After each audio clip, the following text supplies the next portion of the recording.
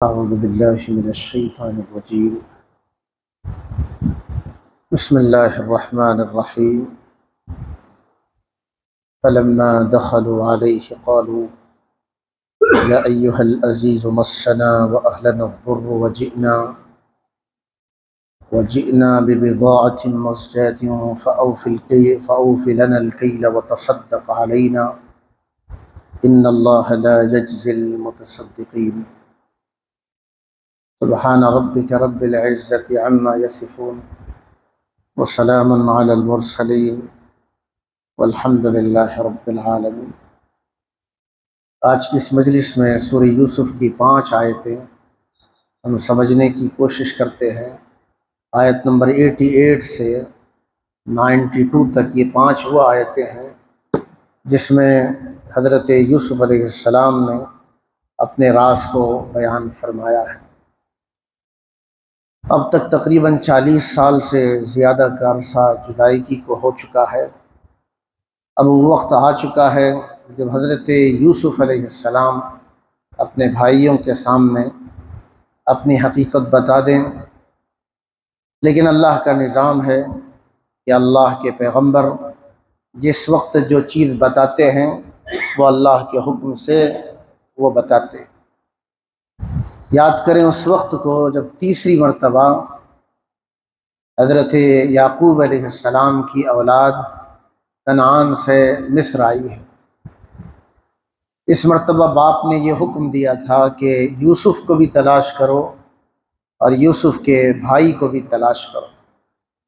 سوچنے کی بات یہ ہے کہ یوسف کہاں مصر میں ملے، مگر ان کو شاید اس کا اندازہ ہو گیا کہ ایک بھائی تو مصر میں ہے جس کا پتہ معلوم ہے، پہلے اس کو تو حاصل کر لیں کہ بنیامین مصر میں ہے اور حکومت نے اسے چوری کی پاداش میں پکڑا ہے، پہلے اپنے بھائی کو چھڑائیں گے. لیکن مصر ہمیں اس لیے بھی جانا ہے کہ ہمیں غلے کی ضرورت ہے اور بادشاہ سے ملاقات کا موقع ملے گا. جب بادشاہ سے ملاقات کا موقع ملے گا تب ہم بنیامین کے بارے میں سفارشی ریکویسٹ بھی کریں گے اور بادشاہ سے کہیں گے کہ ہمارا گھرانہ ایسا ہے، ہم ایسے لوگ ہیں، ہم خاندان نبوت سے ہیں، ہم چوری کرنے والے نہیں ہیں، تاکہ وہ ہمارے بھائی کو چھوڑ دیں.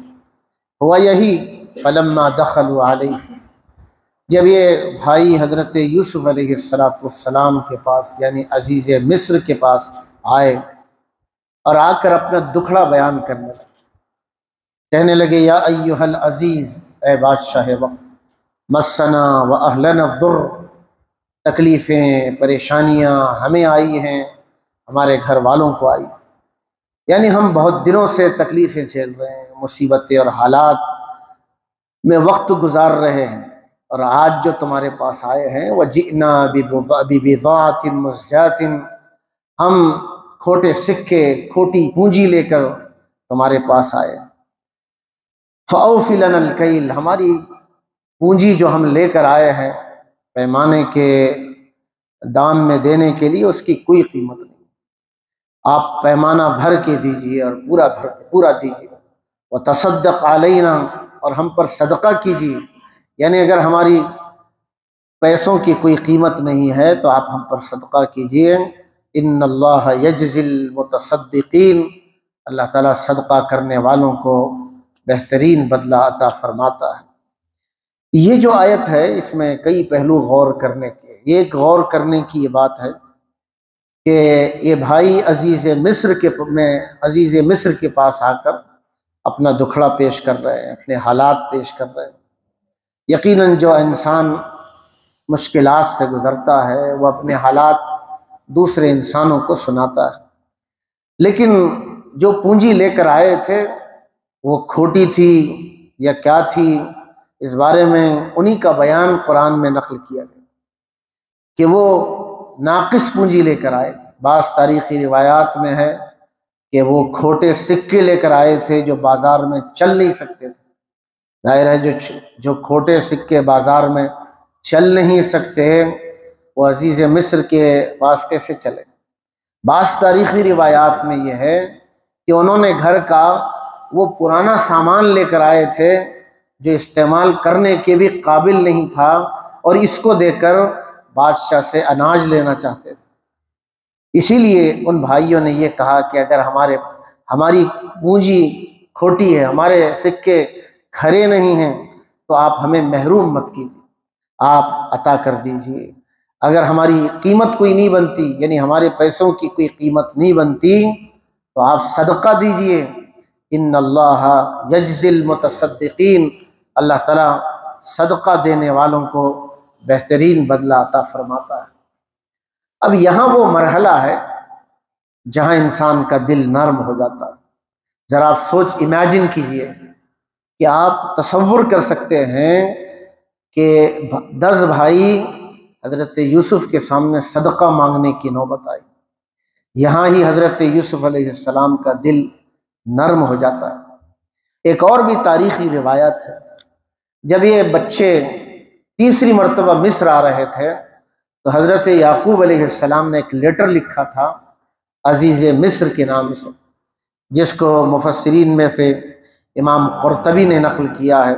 حضرت عبداللہ ابن عباس اس کے راوی ہیں۔ یہ خط تھا حضرت یعقوب کا خط مصر کے بادشاہ کے نام سے۔ خط کے کچھ پیغام یہ تھے کہ یعقوب ابن اسحاق ابن ابراہیم خلیل اللہ، یعنی حضرت یعقوب کے باپ اسحاق تھے، اسحاق کے باپ ابراہیم تھے، یعنی انہوں نے اتنا لمبا نام لکھا، اور پھر آگے لکھا بخدمت عزیز مصر اما بعد، ہمارا پورا خاندان بلاؤں آزمائشوں میں مشہور ہے۔ میرے دادا ابراہیم کا نمرود کی آگ سے امتحان لیا گیا۔ اب خط میں یہ لکھ رہے ہیں میرے باپ اسحاق کا شدید امتحان لیا گیا، پھر میرے ایک لڑکے کے ذریعے میرا امتحان لیا گیا جو مجھ کو سب سے زیادہ محبوب تھا، یہاں تک کہ اس بچے کی جدائیگی پر میں نابینا ہو گیا، میری آنکھیں چلی گئی۔ ایک اور اس کا چھوٹا بھائی تھا جو میری غم کا تسلی کا سامان تھا، جس کو آپ نے چوری کے الزام میں گرفتار کر لیا۔ میں آپ کو بتلانا چاہتا ہوں ہم انبیاء کی اولاد ہیں، نہ ہم نے کبھی چوری کی ہے، نہ ہماری اولاد میں سے کوئی چور پیدا ہوا ہے، ہم انبیاء کی اولاد ہیں۔ یہ خط حضرت یعقوب علیہ السلام کا عزیز مصر کا۔ اب یہ 2 مرحلے سامنے ہیں کہ ایک بھائی اپنی مجبوری ظاہر کر رہے، صدقہ مانگ رہے، اور باپ کے خط میں پورے درد بھرا ہوا ہے۔ حضرت یوسف علیہ السلام کا بھی دل بھرا گیا۔ اب یہاں آ کر حضرت یوسف اپنے بھائیوں کو بتاتے ہیں کہ میں کون ہوں۔ قال هل علمتم ما فعلتم بيوسف واخيه، عزیز مصر یعنی حضرت یوسف نے ایک سوال کیا ان سے، تم جانتے ہو، تمہیں کچھ پتہ بھی ہے کہ تم نے یوسف کے ساتھ اور یوسف کے بھائی کے ساتھ کیا کچھ کیا ہے؟ اذ انتم جاہلون، جب تم جاہل اور نادان تھے، تمہیں کچھ پتہ ہی نہیں تھا کہ اپنے بھائی کے ساتھ تم ظلم کیسے کر رہے، تم نے یوسف پر ظلم کیا، تم نے بنیامین پر ظلم کیا۔ اب اندازہ کر سکتے ہیں مصر کے دربار میں کھڑے، اس زمانے میں مصر ایسا تھا جیسے ہمارے زمانے میں امریکہ ہے۔ امریکہ کے وائٹ ہاؤس میں آپ جائیں، وہاں کا پریزیڈنٹ آپ سے بات کرے، جیسے ہی ان کو عزیز مصر نے یہ کہا، ان کے پیروں کے تلے سے زمین نہ ہٹ گئی۔ وہ سوچ میں ڈوب گئے کہ عزیز مصر کو یوسف کا کیا پتہ۔ پھر وہ غور سے دیکھنے لگے کہیں یہ یوسف تو نہیں۔ ان کے خیال میں یہ بات آنے لگی کہ کہیں وہ خواب کی تعبیر کا وقت تو نہیں آیا کہ یوسف ہمارے اوپر ہونے والے ہیں، یوسف کو اونچا مقام ہونے والا ہے اور ہم نیچے کے نیچے رہیں۔ تو انہوں نے، ان بھائیوں نے عزیز مصر کو سوال کیا، قالوا اِنَّكَ لَأَنْتَ یوسف، بھائیوں نے پوچھا کیا آپ یوسف ہیں؟ ظاہر نشانیوں سے 40 سال میں آدمی تو بدل چکا ہے، مگر حضرت یوسف نظر آ رہے ہیں، مگر پہچانے تو کیسے پہچانے؟ ایک بچے کو قافلے میں بیچا گیا تھا غلام بنا کر، وہ مصر کا بادشاہ کیسے بن سکتا ہے؟ ان بھائیوں نے پوچھا اِنَّكَ لَأَنْتَ یوسف، کیا آپ یوسف ہیں؟ حضرت یوسف نے کہا قال انا یوسف وہذا اخی، ہاں ہاں میں یوسف ہوں۔ پھر بنیامین کو جو پردے کے پیچھے کھڑا کیا، اسے قریب کیا اور یقین دلانے کے لیے کہا یہ میرا بھائی بنیامین ہے۔ قد من اللہ علینا، اللہ نے ہم پر بڑا احسان کیا۔ انہ من یتقی ویصبر، جو خدا سے ڈر کے زندگی گزارتا ہے، گناہ سے بچ کے جیتا ہے اور حالات پر صبر کرتا ہے اور صبر کے ساتھ خدا سے امید رکھتا ہے، فإن اللہ لا یضیع اجر المحسنین، ایسے نیک لوگوں کے اجر کو اللہ تعالیٰ ضائع نہیں کرتا۔ یہاں ٹھہر کر ہمیں سمجھنے کی ضرورت ہے کہ انسان کامیاب کن بنیادوں پر ہوتا ہے۔ حضرت یوسف کی آپ پوری زندگی پر غور کر کے دیکھ لیجئے، حضرت یوسف کہاں سے چلے ہیں اور کہاں پہنچے ہیں۔ یہ کامیاب زندگی کا راز جب تک ہم نہیں سمجھیں گے، ہم اپنی زندگی کو کامیاب بنانے کی کوشش نہیں کریں۔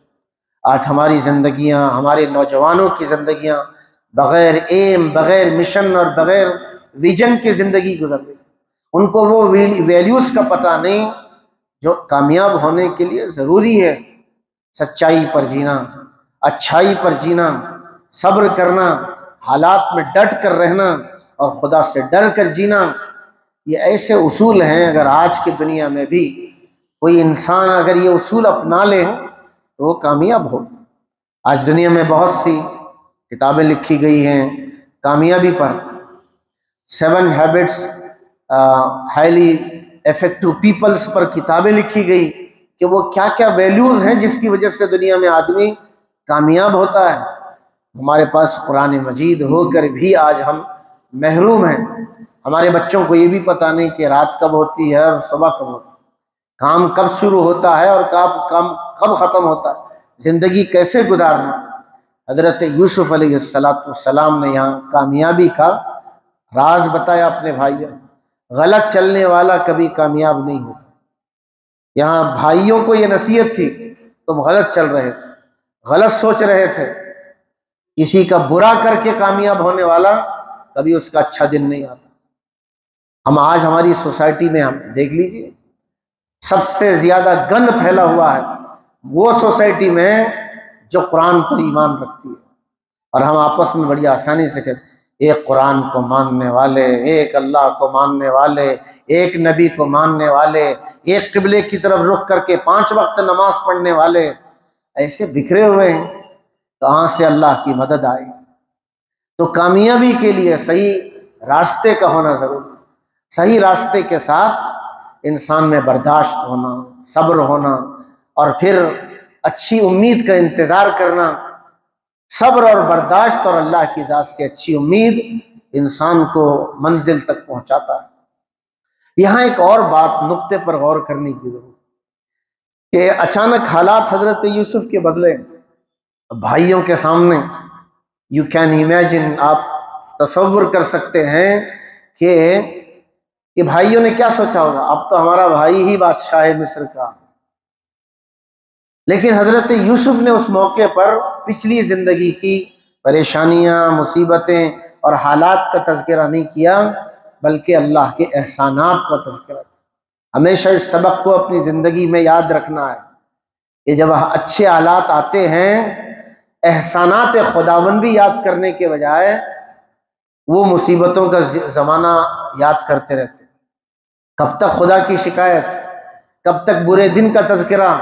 جب اللہ نے اچھے دن دے دیے تو اچھے دنوں کا تذکرہ ہونا چاہیے۔ یہ جو قرآن کی آیتیں ہیں اس میں نصیحت ہے، برے دن دور ہو گئے، مشکل حالات ختم ہو گئے، اب اچھے دن آ گئے۔ وہ پرانے دنوں کا تذکرہ شکر گزار بندے کی شان نہیں ہے۔ شکر گزار بندے کی شان یہ ہے وہ پازیٹو سوچتا ہے، وہ اچھائیاں سوچتا ہے، اور یہ سوچتا ہے اس وقت پریزنٹ لائف میں میرے رب کی مجھ پر کتنے احسانات ہیں۔ اگر وہ پرانا ہی روتا رہے گا، کب تک روتے رہیں گے؟ آدمی کو یہاں سکھایا گیا کہ آدمی کو اللہ کے احسانات یاد کرنا۔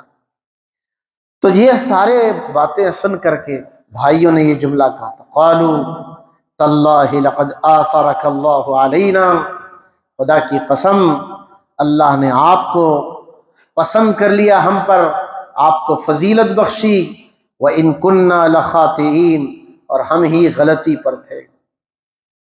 دیکھیے حضرت یوسف صحیح راستے پر چل رہے تھے، بھائی غلط راستے پر تھے، لیکن یہ بھی ایک بڑی خوش نصیبی کی بات ہے کہ غلطی کا انسان کو احساس ہو جائے۔ نہ جانے کتنے انسان دنیا میں آتے ہیں اور جی کر مر جاتے ہیں، انہیں غلطی کا احساس تک نہیں ہوتا۔ یہ بھی ایک اچھی بات ہے کہ زندگی میں ہی غلطی کا احساس ہو جائے تو آدمی کو اپنے آپ کو سنوارنا سدھارنا آسان ہو جاتا ہے۔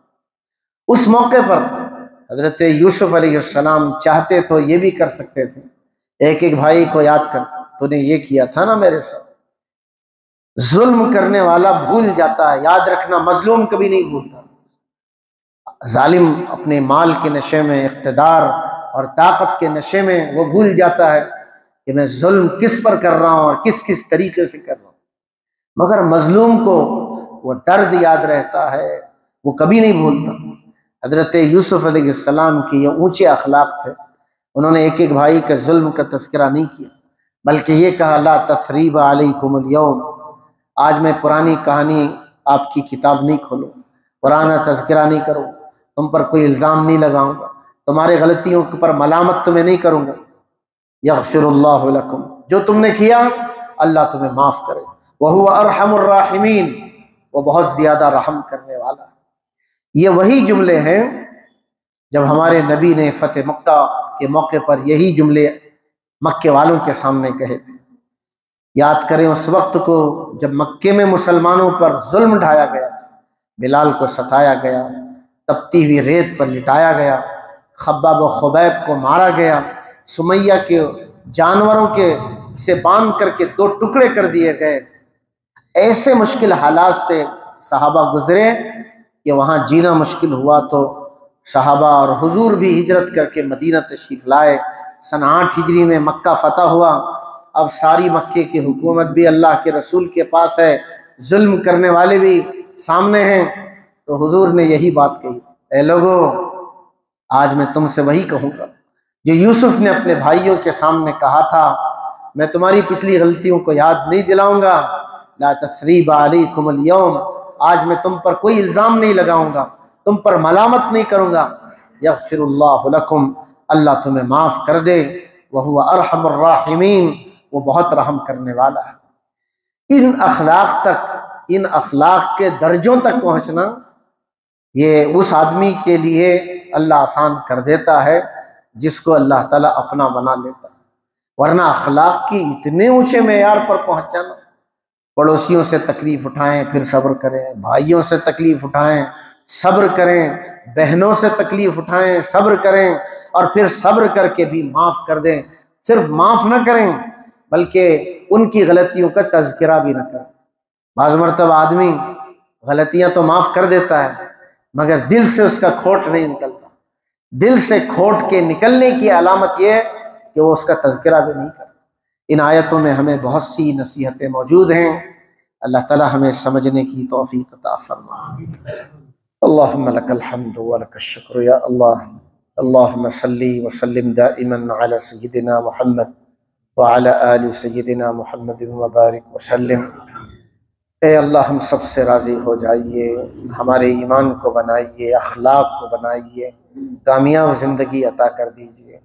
اے اللہ غفلتوں میں زندگی گزری ہے، ناکامیاں ہر دن ہم نے ناکامیاں دیکھی ہے، یہ ہماری غفلتوں کی وجہ سے، ہم نے کوئی پلان اپنی زندگی کا نہیں بنایا۔